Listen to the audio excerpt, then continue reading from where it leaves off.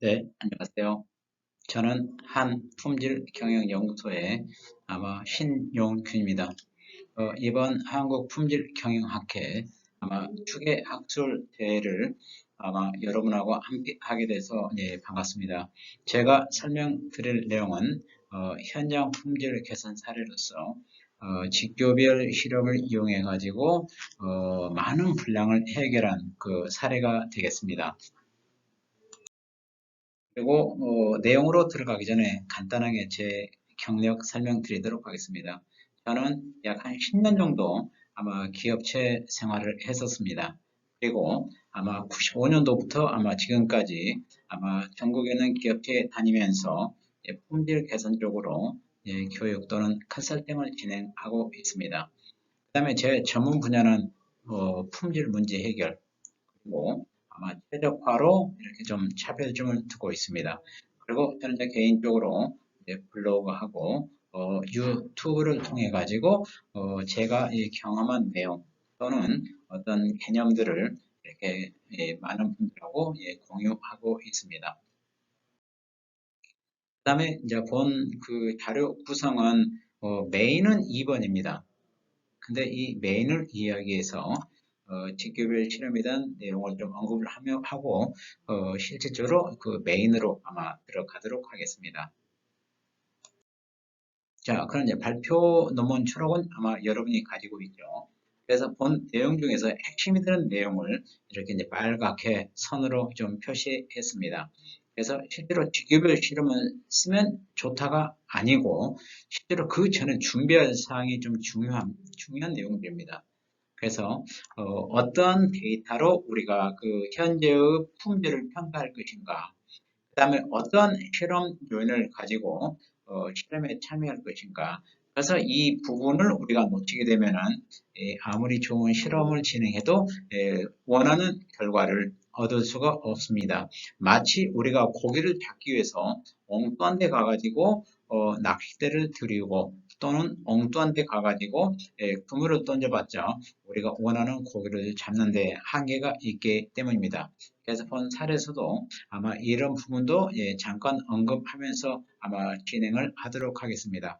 그리고 실제로 이제 직교별 실험할 때 좀 그 중요하다고 생각된 내용들을 갖다가 맨 마지막 뒷부분에 가가지고 어떤 팁 관점으로 언급을 해 드리도록 하겠습니다. 자, 그럼 직교별 그 사례를 이야기해서 먼저 직교별 실험이란 내용을 좀 언급해 드려보도록 하겠습니다. 우리가 직교별 실험은 크게 아마 실험 계급에 해당하는 이제 그런 방법입니다. 그래서 실험 계급이란 것은 아마 실험을 계획적 또는 체계적으로 진행해 가지고 어떤 결과를 얻어내는 이제 그런 방법을 말합니다. 그래서 가장 바람직한 실험 방법은 바로 이제 완전유인 배치. 얘는 우리가 하고자 하는 실험 요인에 대해서 모든 경우 조합으로 진행하는 아마 그런 방법을 말합니다. 예를 들어 가지고 세 가지 실험 요인이 있고 이들에 대해서 각각 두 가지씩 변화를 준다라고 했을 때 모든 경우의 조합은 우리가 삼원 배치 실험이라고도 이야기합니다. 세 가지 원인이 되는 변수를 가지고 실험한 거다. 그 다음에 두 가지면 이온 배치, 다섯 가지면 오원 배치 실험이라고 이야기하게 됩니다. 자, 이때 우리가 모든 경우 조합을 하게 되면은 이때 둘, 둘, 둘, 그걸 세 가지를 곱하게 되면은 총 8가지 조합이 됩니다. 근데 실질적으로 기업에 가보게 되면은 완전 요인 배치 실험을 하게 될 경우에 이제 실험하기가 용이하면 참 좋습니다. 근데 이제 실험은 하는데 좀 번거롭고 요인은 많고 이제 그럴 경우는 제가 실험 다 하지 말고 일부만 하는 실험을 또 권하게 되고 그 내용이 바로 교별 실험으로서 여러분을 좀 안내해 드리고자 오늘 여러분한테 아마 사례를 설명드리게 됩니다. 그럼 실제로 이제 직교별이라는 것은 이 직교란 용어는 직각으로 교차한다. 그래서 좀 실험 조합이 균형이 있다. 아마 그런 내용을 의미하고 있고 실제로 이런 이제 직교별표는 학자들이 많이 다 만들어 놨습니다. 그래서 매우 많이 있는데 실질적으로 저희들이 쓸 것들은 주로 이 세 가지 정도에 이제 국한되더라고요. 그래서 모든 직교별표는 어떤 이름표를 가지고 있는데 여기서 이 L이란 뜻은 직교별표란 걸 의미하고 있고, 그 다음에 이 밑에 4란 것은 바로 이제 실험 크기를 말한 부분이고요. 그 다음에 여기서 2란 것은 이제 수준을 말합니다. 실험표나 조건을 말하고, 여기서 이제 3이란 것은 요인 개수를 말합니다.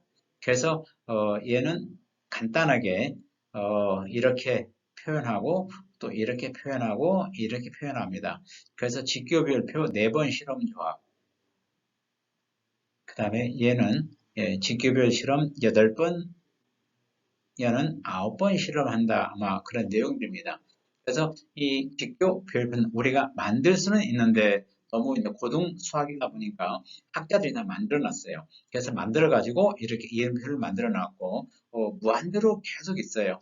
근데 실질적으로 저는 이 세 가지만 써도 우리가 안고 있는 문제의 한 80%가 다 커버될 수 있겠더라고요. 그래서 이 세 개를 주로 많이 이제 권하고 있습니다. 그래서 오늘은 주로 L8 가지고 실험한 사례를 아마 언급하게 될 겁니다. 자, 그럼 이제 직교별표 종류가 얘가 L8이라는 실험 매트릭스입니다. 그래서 7가지 변수를 가지고 8가지 실험을 진행하는 이제 그런 내용입니다. 만일 우리가 이 수준 7개를 가지고 모든 경우 조합을 한다라고 되면은 128회가 되는데 우리가 직교별로 하게 되면 8번 실험, 실험이 엄청 줄게 되는 이제 그런 내용입니다. 그 다음에 또 한 가지 주로 쓰는 것 중에 하나가 3수준 4개일 때 9가지 실험 내용도 주로 우리 현업에서 많이 쓸 아마 그런 상황이 나오는 아마 그런 내용들입니다. 자, 그럼 이제 실제로 이제 직교별 실험 예를 돕기 위해서 예를 한번 더 들어보도록 하겠습니다. 요즘은 실제로 제품이 굉장히 세밀하게 진행되다 보니까 이제 새로운 제품을 작업하려면 기존의 조건을 바꿔야 돼요. 그래서 이런 조건을 얼마나 하면 좋겠니? 라고 했을 때 우리가 이제 실험을 하게 됩니다. 그때 우리가 이런 그 4가지 실험 조합에 따라 가지고 실험 결과를 보고 굉장히 가장 좋은 조건은 뭔지 또는 중요한 이유는 뭔지 이런 걸 규명하는 아마 그런 내용이 됩니다. 또 다른 예를 들어보게 되면은 이 수준 7개 요인이 있어요. 이때 모든 경우 조합은 128의 실험이 되는데 아마 직교별로 하게 될 경우는 8번 실험으로 이렇게 진행하는 그런 내용이 됩니다. 자, 그러면 실험에 줄어들다 보니까 뭔가 손해보는 게 있을 겁니다. 아마 그런 부분은 아마 저 뒷부분에서 아마 언급을 해 드리도록 하겠습니다. 자, 그러면 실제로 이제 직교별 실험을 좀 더 사례를 이야기해서 여기서 어떻게 전개하는가 그 예를 좀 더 들어보고 바로 사례로 들어가도록 하겠습니다. 그럼 여기서 맛있는 커피를 만든다라고 이제 가정을 해가지고 평가 특성 이제 맛을 이렇게 측정한다고 하겠습니다. 그때 맛을 5등급으로 구분해가지고 수, 우, 미, 양가. 그래서 수, 미, 양가를 1점부터 3점 해가지고 1, 3, 5, 7, 9점까지 나타내는 부분으로 아마 실험을 하게 되고 실험할 요인이 3개가 있고 각각 2가지로 변화를 준다라고 가정을 하겠습니다. 자, 그럼 이 같은 경우에 모든 경우 조합은 우리가 이제 3원 배치 실험을 한다고 해가지고 8가지를 하는 방법이고 직교별 실험을 하게 되면은 4가지 실험을 아마 하는 아마 그런 내용이 됩니다. 근데 여기서는 이제 직교별 실험으로 진행하는 걸 설명을 드리도록 하겠습니다. 먼저 첫 번째 커피를 타게 됩니다. 그럼 첫 번째 커피는 3원 배치 여기에 해당되는 내용하고 같은 거죠. 그래서 A1, B1, C1인데 얘를 우리가 이런 조건으로 아마 실험을 했다. 아마 그런 내용입니다. 그럼 그때 커피 맛이 8점이 나왔다. 1, 3, 5, 7, 9 중에 이렇게 아마 이제 결과를 얻게 되고 그 다음 또 두 번째 실험을 하게 됩니다. 그럼 두 번째 실험은 바로 이 조합하고 같은 개념이고 이 두 번째 실험은 하나, 둘, 즉 맥심을 가지고 녹차 없이 물 먼저 이렇게 커피를 타는 경우를 말합니다. 자, 그렇게 보니까 커피 맛이 이렇게 이제 나왔다고 또 알려져 있습니다. 자, 그 다음 세 번째 실험을 하게 됩니다. 자, 세 번째 실험은 이제 모든 경우 조합에서 여기에 해당되는 이제 조건을 말하는 부분이고 여기서 이 세 번째 조합은 초이스랑 커피를 가지고 녹차를 넣고 그 다음에 물 먼저 커피를 탔다. 자, 그런 내용입니다. 그랬을 때 이제 커피 맛이 이렇게 이제 나왔습니다.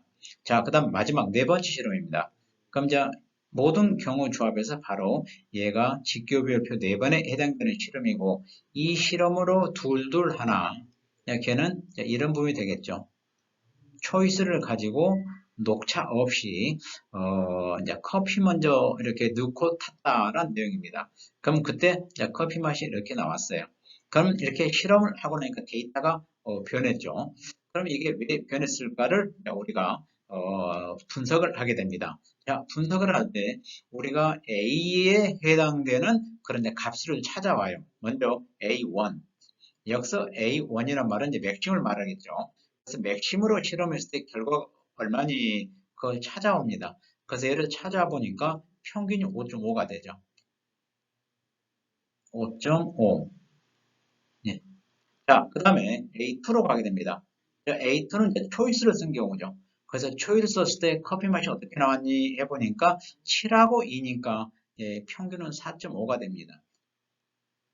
그러면 실제로 A를 두 가지 변화 줬는데 그때 차이가 얼만큼 나오니? 라고 했을 때 5.5하고 4.5니까 1.0이라는 차이가 발생합니다. 그래서 이 차이가 크면은 영향이 큰 거고 차이가 작으면 영향이 적습니다. 그럼 여기서 델타 1은 큰 거냐 작은 거냐라고 했을 때 알 수가 없고 상대 비교입니다. 그래서 B도 한번 해봐야 돼요.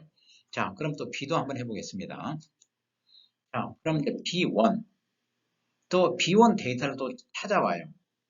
여기서 B1이란 말은 녹차를 넣고 커피를 탄 경우죠. 그래서 B1 데이터의 값들을 또 찾아오니까 B1의 데이터는 평균이 7.5가 됩니다. 자, 그 다음에 B2.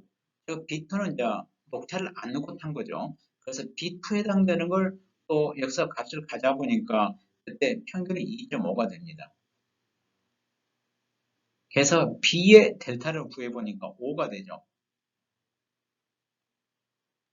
5.0. 즉 7.5하고 여기서 2.5의 차이를 보니까 5가 나와죠. 그래서 B는 A보다 한 5배 더 효과가 큰 거죠. 그래서 B가 영향을 많이 주고 있다. 그걸 알게 됩니다. 그래서 이렇게 차이를 상대 비교해가지고 크다 적다 판단하게 됩니다. 자, 그럼 또 C에 대해서 한번 해보도록 하겠습니다. 자, 또 여기서 C1 데이터를 또 가지고 와요. 즉 C1이라는 것은 커피를 탈 때 커피 먼저 넣고 나중에 물 넣은 경우입니다. 자, 그때 C1일 때 평균은 얼마요? 하니까 5.0이 나옵니다. 자, 그 다음에 또 C2로 가봐요. 즉 C2는 물 넣고 나중에 커피를 넣었다. 그런 내용입니다. 그래서 C2를 해보니까 이때도 또 5.0이 나옵니다. 그래서 C에 대한 델타는 아마 0이 돼요. 즉 C는 영향 없다는 내용입니다. 미싱 순서는 이 커피 맛에 영향이 없구나. 그래서 이제 B가 중요한 걸 알았는데 얘를 정리한 게 바로 이제 얘가 됩니다. 얘를 했고 그 다음에 이제 B가 83% 영향을 주고 아마 A가 16% 영향을 준 거죠. 근데 이 퍼센트는 얘를 다 더해가지고 이제 각각 나눠준 거예요. 그렇게 해서 퍼센트를 구했고 얘를 가지고 이제 그래프를 그리고 커피 맛은 클수록 좋으니까 이쪽으로 이렇게 이제 좋은 조건을 찾게 됩니다. 그래서 결론은 주요 요인은 B다. 그 다음에 가장 좋은 조건은 이렇게 하면 좋다. 그렇게 했을 때 아마 커피 맛은 이렇게 나올 거다라고 이렇게 결론을 얻게 됩니다. 자, 여기서 우리가 커피 맛을 더 내고 싶다 그러면은 B란 변수를 이쪽으로 가면 더 좋은 거죠. A란 변수는 많이 안 좋아져요. 그 다음 C는 건들 필요가 없죠. 그래서 어차피 우리가 더 원하는 결과를 더 좋은 쪽으로 가고자 할 경우에는 여기서 어디로 가면 더 좋겠니? 그럼 방향성을 찾기도 하고 또는 이 요인 말고 다른 걸로 해야 되겠다. 즉 B1이 한 개예요. 그럼 또 다른 요인으로 또 이렇게 또 찾게 되는 아마 그런 부분이 될 수가 있습니다. 자, 그럼 여기까지 직교별 실험 아마 2억엔 아마 기본적인 내용을 다 설명을 드렸고요. 이제 본 게임으로 들어갑니다. 자, 그럼 여기서는 어떤 이 제품을 만들어 가지고 그걸 조립을 하고 맨 마지막 공정에서 검사를 하게 되는데 분량이 28%가 나와가지고 여기서 이제 TFT 활동을 진행을 했어요. 근데 3개월 동안에도 해결이 안 되니까 아마 연락이 오더라고요. 실제로 이 불량률이 28%다 보니까 그걸 다 못 버리고 리워크를 하다 보니까 아마 생산성이 문제가 되는 아마 그런 부분 때문에 굉장히 급하게 아마 요구하는 아마 그런 내용들이었어요. 그래서 이분들이 3개월 TFT 활동을 해서 해결이 안 돼가지고 자 같이 보게 됩니다. 그래서 먼저 제품은 어떤 자동차 부품에 들어가는 아마 이런 이제 부품들이고 이 부품이 불량률이 약 28만 4천 ppm 그러니까 약 28% 정도 발생하고 있었습니다. 자, 그럼 첫 번째 평가 특성이에요. 근데 이 회사는 가보니까 양불량으로 하고 있더라고요. 여기서 바로 첫 단추를 잘못 끼운 겁니다. 그래서 양불량으로 어떤 그 상황을 품질 수준을 평가하는 것은 굉장히 엉뚱한 데로 가서는 그런 오류를 안고 있거든요. 그래서 가능하면은 우리가 이제 평가 특성은 개수 특성은 피하는 게 좋습니다. 물량으로 평가하는 거죠. 가능하면 계량 특성으로 평가하는 게 어떤 현재 상황을 정확히 파악할 수 있는 그런 내용들입니다. 우리가 개수 특성을 평가하다 보게 되면은 애매한 양품도 좋은 거고 확실한 양품도 좋은 겁니다. 그래서 엉뚱한 데로 가는 거죠. 분명히 들은 서로 다른 품질 수준인데 양분량으로 하게 되면 야 좋다라고 해보다 보니까 이게 해결이 안 되고 엉뚱한 데로 볼 수가 있어요. 그래서 첫 단추를 다시 이제 끼우도록 양 분량에 대한 부분을 어떤 값으로 나타내게 했습니다. 그래서 양품 수량, 분량 수량 이건 굉장히 이제 좋지 않은 그런 방법이어 가지고 얘를 먼저 바꿔줬고요. 그다음에 이제 두 번째로 가가지고 요인들입니다. 그래서 이분들이 그 TF 형성이 있어가지고 공장장, 그다음에 생산 과장, 품질 대리, 그다음에 설비 담당 이 네 분이 3개월 동안 TF를 하게 되는데 굉장히 생각이 많이 이제 그 폭넓게 보지 않고 좁게 보다 보니까 실제로 우리가 요인을 놓칠 수가 있어요. 그래서 현장 사원, 많은 사원의 의견을 모아가지고 다시 요인을 나열하게 하고 거기서 실험 요인을 알바가 끄집어냈습니다. 그래서 실험 요인을 끄집어내는데 여러분이 현업에서 실험 요인 끄집어내는 방법을 제가 간단하게 이렇게 좀 정리해 드려 볼게요. 먼저 브레인스토밍을 통해서 요인을 나열합니다. 그래서 요인을 나열해 가지고 그때 중요도 점수를 주세요. 그럼 점수를 줘가지고 점수는 뭐 1점부터 3.5점 이렇게 해도 괜찮습니다. 그래서 점수 큰 것만 일로 가져와요. 그러면 실제로 이제 중요한 후보를 가지고 왔고 실험하려고 보니까 이건 실험하기 어렵다. 그럼 여기서 이제 고정해버리면 돼요. 그럼 대개 우리가 이제 실험할 요인이 5개 부분이 많습니다. 자, 그럼 이렇게 실험 요인이 나오게 되면은 그 요인을 가지고 이제 수준을 잡아줘요. 그래서 요인이 많으면 2수준, 요인이 적으면 저는 이제 3수준으로 많이 권합니다. 많다 적다 판단 기준은 요인이 4개면은 3수준, 요인이 7개면 2수준으로 아마 기준을 정해 가지고 이렇게 그 실험 요인과 수준을 정하게 해줍니다. 자, 그러면 그때 이제 직교별을 쓰게 되면은 직교별표는 L8, 8번 실험이죠. 아니면 L9, 9번 실험. 이 두 가지의 한 80%, 90%가 다 이 안에 이제 들어오더라고요. 그래서 이런 방법을 통해서 요인, 수준 정하는 걸 좀 잠깐 중간에 보내드리고요. 그럼 아까 사례를 이어가지고 계속 언급해 드립니다. 그래서 실험 요인이 6개가 나왔고 여기에 대해서 각각 이 수준으로 이렇게 정했고 여기에 따라서 아마 직교별 실험 L8을 정해서 실험을 하게 됩니다. 이 실험하는데 반나절이면 끝나버리더라고요. 그래서 반나절 실험을 해서 얘를 가지고 분석을 하게 됩니다. 그래서 분석을 해서 이렇게 이제 그래프를 그려보니까 바로 이게 이제 변화가 크면 중요하죠. 그 다음에 이제 중요한 조건을 이렇게 또 바로 이제 찾아냈어요. 그래서 이렇게 이제 분석을 해가지고 바로 좋은 조건을 찾아내가지고 바로 양산을 들어갔죠. 실제로 재현성을 확인했어요. 진짜 맞니? 해보니까 굉장히 좋은 조건이 나와요. 그래서 확인해 보니까 분량이 하나도 안 나오는 거예요. 그래서 이분들이 실제로 이제 분량이 줄어가 되니까 이제 깜짝 놀라는 거예요. 3개월 동안 이거 못 찾았었는데 그냥 이거 뭐 반나절 만에 실험해가지고 분석하니까 바로 이렇게 결과를 얻게 됩니다. 그래가지고 실제로 얘를 확인하기 위해서 3개월 동안 계속 해보니까 3개월 동안 분량이 하나도 안 나와요. 그래서 이 검사 공정을 없애버렸습니다. 분량이 안 나오니까.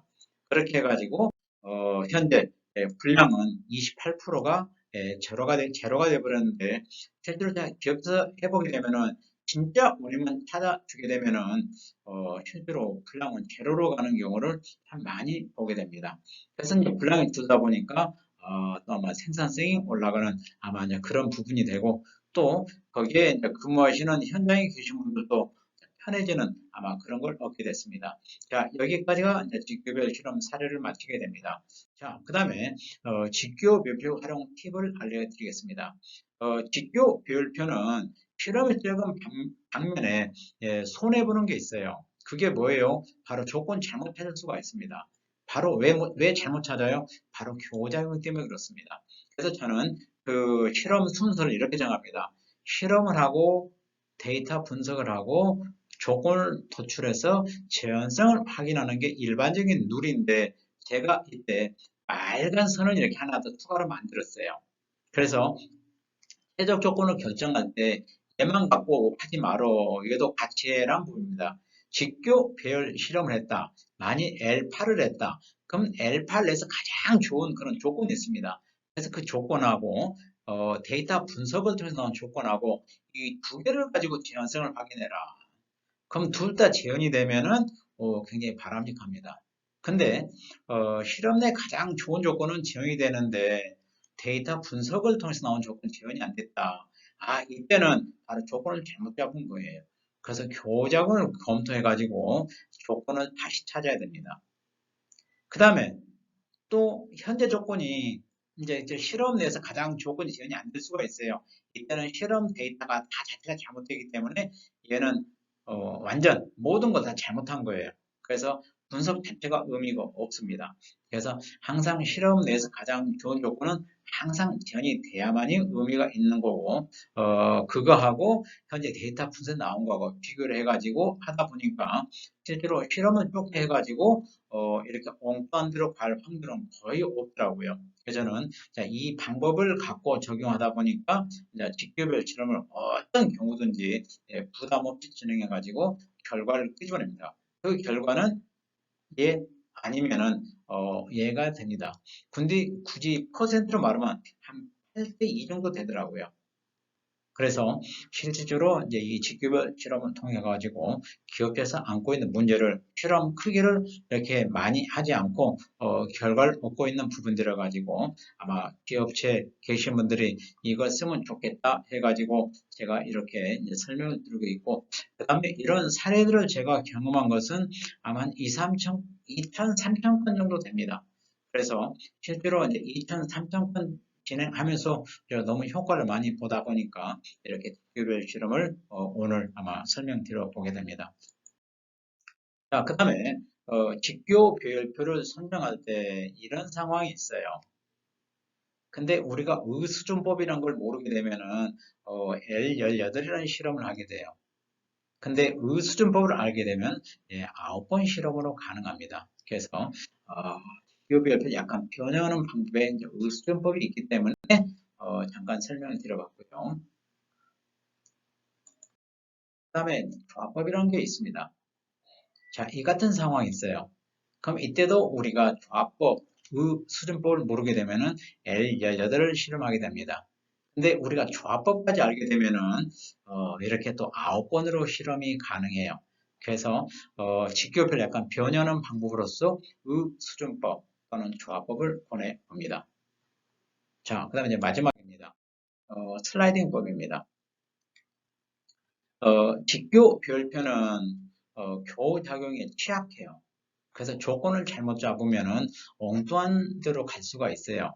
그래서 아까 제가 그 최적 조건 찾는 방법을 데이터 분석을 통해서 찾는 거 하고, 그 다음에 실험 내에서 가장 좋은 조건하고 두 가지를 가지고 이렇게 이제 확인해 보세요라고 말씀드린 부분이 하나가 있고요. 또 하나 추가로 우리가 이제 교호작용에 의한 부분을 우리가 약간 피해가는 방법이 있어요. 그게 수준을 잡을 때 슬라이딩 시켜주는 방법입니다. 그래서 슬라이딩 시키는 방법은 원래 기존에 많은 분들이 이렇게 실험을 해요. 근데 A하고 B가 교적이 있다 그러면은 B란 요인을 A에 따라서 변화시켜주는 방법이 이제 슬라이딩법이고, 그렇게 해서 그는 교작용이 없어져 버려요. 그래서 교작용이 없으면은 나는 더 편합니다. 그래서 직교 별표를 쓸 때 교작용이 없으면 엄청 좋아요. 그래서 이 직교별표라는 개념이 있어가지고 슬라이딩법도 같이 쓰면 좋겠다라는 생각이 있어서 이 슬라이딩 법을 언급해 드려봅니다. 슬라이딩 법은 일반적으로 실험 교육책에 거의 안 나와 있어요. 저는 이제 이 자료는 주로 이제 일본에 대한 자료를 보면서 제가 가져왔고 너무 좋아가지고 언급을 해 드려봅니다. 그래서 기존에 이렇게 실험하던 걸 갖다가 슬라이딩 법을 하게 되면 이렇게 아마 실험을 하게 돼요. 그래서 이 슬라이딩 법을 아마 이렇게 하게 되면은 교정이 발생되지 않기 때문에 직교 비율을 쓸 때 매우 유리할 것 같습니다. 자, 본 내용은 여기서 제가 짧게 마치게 될 거고, 이게 마지막 페이지입니다. 그리고 이제 실제로 추가로도 궁금하신 분들은 아마 이쪽으로 아마 연락을 주시면은 아마 제가 좀 더 전화로 설명을 드리기도 하고, 또는 메일상으로 이렇게 메일상으로 설명드리는 아마 그렇게 하도록 하겠습니다. 자, 그럼 저는 오늘 여기까지 마치도록 하겠습니다. 오늘 제가 녹화한 날인데 날씨가 많이 춥네요. 건강관리 유념하시고 또 코로나로부터 또 여러 번 해방돼 가지고 행복한 일상이 됐으면 합니다. 네, 감사합니다. 수고하셨습니다.